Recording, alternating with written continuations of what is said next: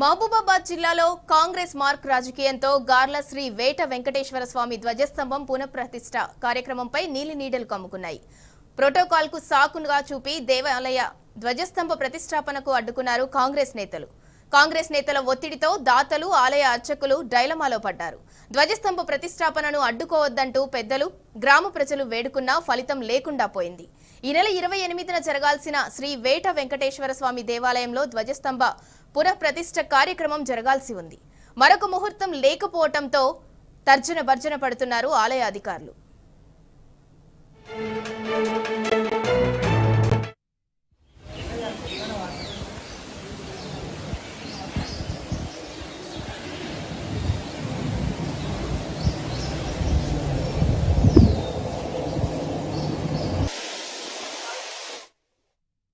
మహబూబాబాద్ జిల్లాలో కాంగ్రెస్ మార్కు రాజకీయంతో గార్ల శ్రీ వేట వెంకటేశ్వర స్వామి ధ్వజస్తంభ పునఃప్రతిష్ఠ కార్యక్రమంపై నీలినీడలు కమ్ముకున్నాయి. ఇక దీనికి సంబంధించి మరింత సమాచారం మా ప్రతినిధి సాంబా అందిస్తారు. సాంబా, చెప్పండి.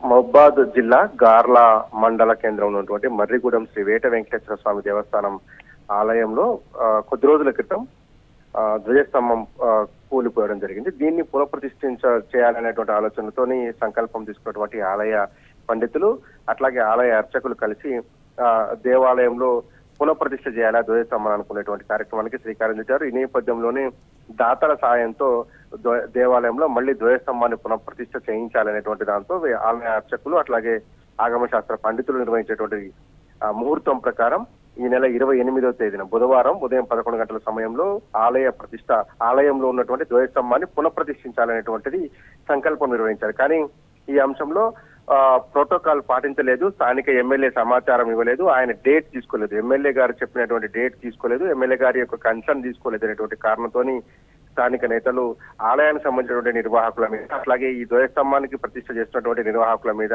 అక్కడ ఉన్నటువంటి అర్చకుల మీద ఒత్తిడి తీసుకురావడం బహిరంగంగానే సామాజిక మాధ్యమాల్లో వాట్సాప్ గ్రూపులలో అక్కడ ఉన్నటువంటి అధికారులను అందరినీ టార్గెట్ చేస్తూ పోస్టులు పెట్టడంతో వివాదం చిలికి గాలివానగా మారింది. 25 నుంచి మొదలైనటువంటి ప్రతిష్టా కార్యక్రమం 28వ తేదీన ముగుస్తుంది. 28వ తేదీన ధ్వజస్తంభాన్ని పునఃప్రతిష్ఠించిన తర్వాత ముగుస్తుంది.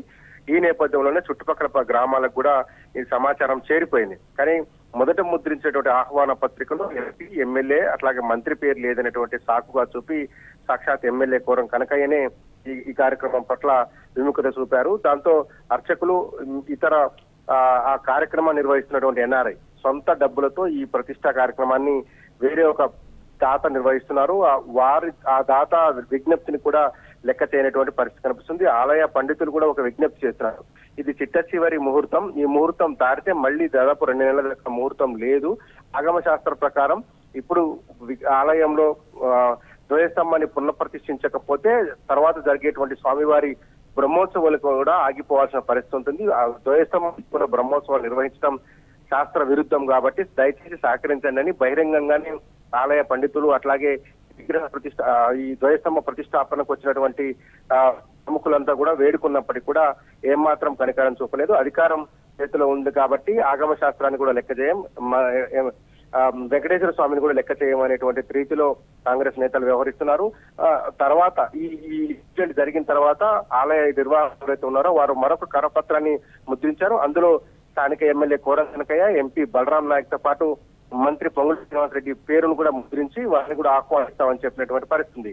ఇప్పటికి కూడా నేరుగా ఎమ్మెల్యే రంగంలోకి దిగి నా డేట్ తీసుకోలేదు, నన్ను సంప్రదించకుండా చేశారు కాబట్టి ఈ కార్యక్రమానికి నేను రాను, వీలుంటే వేరొక డేట్ పెట్టండి అనేటువంటిది వారు చెప్పినట్టుగా మనకు సమాచారం ఉంది. అయితే వేరే లేదు సార్, ఇంకా అవకాశం లేదు, ఎందుకంటే చివరి ముహూర్తం శూన్యమాసం వస్తుంది, ఆ తదుపరి స్వామివారి బ్రహ్మోత్సవం నిర్వహించాల్సి ఉంటుంది కాబట్టి ఇప్పుడు సహకరించాలని ఇప్పటికి కూడా ఎమ్మెల్యే చూపడంతో ధైర్యం చేసేటువంటి ప్రయత్నం చేయలేదు. ఆలయ నిరీక్షకులు ముందుకు వెళ్లాలా వెనక్కి వెళ్లాలనేటువంటి డైలమాలో ఉన్నారు.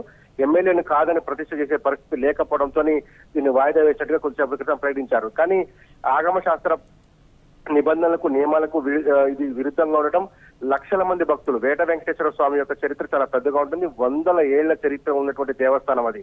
ఎక్కడ కూడా ఉమ్మడి రాష్ట్రంలో కాదు యావత్ దేశం మీద ఎక్కడ కూడా వెంకటేశ్వర స్వామికి బలిచ్చేటువంటి కార్యక్రమం ఉండదు. కానీ ఇక్కడ వేట వెంకటేశ్వర స్వామికి బలిచ్చి ఆ మాంసాన్ని నైవేద్యంగా పెట్టే ఒక చరిత్ర ఉంటుంది. వేటకు వెళ్ళినటువంటి వెంకటేశ్వర స్వామి ఆగ్రహ రూపంలో వచ్చి ఇక్కడ స్వయంగా వెలిచారు అనేటువంటిది ఇక్కడ స్థల పురాణం చెప్తుంది. అంతటి మహిమ కలిగినటువంటి దేవస్థానం ధ్వజస్తంభ పునఃప్రతిష్టను అడ్డుకోవటం, దాని ద్వారా కొన్ని వేల లక్షల మంది భక్తుల యొక్క మనోభావాలతోని కాంగ్రెస్ ప్రభుత్వకి సంబంధించినటువంటి స్థానిక వ్యవహరించినటువంటి తీరు భక్తులు ఆగ్రహం వ్యక్తమవుతుంది. దేవస్థానానికి సంబంధించినటువంటి కార్యక్రమం ధ్వజస్తంభ పునఃప్రతిష్ట, ఎందుకంటే ఇంతకు ముందు ఉన్నటువంటి ధ్వజస్తంభం ఈ మధ్య కాలంలో అంతర్ధానం అయినటువంటి దాన్ని తిరిగి పునఃప్రతిష్ఠ చేయడం అనేది కూడా ఆ గ్రామానికి చేయకపోవడాన్ని అరిష్టంగా.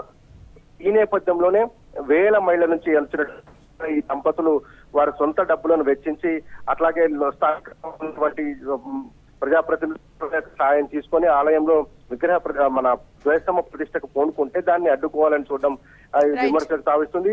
వాళ్ళు నిన్న ప్రెస్ మీట్ పెట్టి బహిరంగంగా వేడుకున్నారు, ఇది రాజకీయాలకు వేదిక చేసి సహకరించండి, పైగా ఇది మీ ఎమ్మెల్యే గారి కోసం మేము వాయిదా వేసుకోవడానికి సిద్ధంగా ఉన్నాం, కానీ వేరొక ముహూర్తం లేదు, ఇది ఆగమ శాస్త్ర పండితులు పెట్టేటువంటి ముహూర్తం, ఈ ముహూర్తం దాటితే అరిష్టం జరుగుతుంది అనేటువంటి బహిరంగంగా ప్రకటించారు.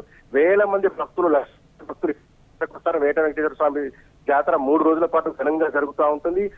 ఎక్కడెక్కడి నుంచో విదేశాల నుంచి కూడా భక్తులు వస్తారు. ఇవాళ మనం చూస్తే ఈ ధ్వజస్తంభ పునఃప్రతిష్ఠ చేస్తున్నటువంటి భక్తులు కూడా విదేశీయులే, అంటే ఇతర దేశాల్లో సెటిల్ అయినటువంటి స్థానిక భక్తులు వారు వచ్చి ఆసుపత్రులు ఇక్కడ చేస్తున్నారంటే ఈ స్వామి వారికి ఎంత ప్రత్యేకత ఉందో అర్థం చేసుకోవచ్చు. కానీ అధికారం అడ్డం పెట్టుకొని ఈ ధ్వజస్తంభ ప్రతిష్టాపన అడ్డుకోవడం పెద్ద ఎత్తున విమర్శలకు కారణమవుతుంది. Right, thank you Samba.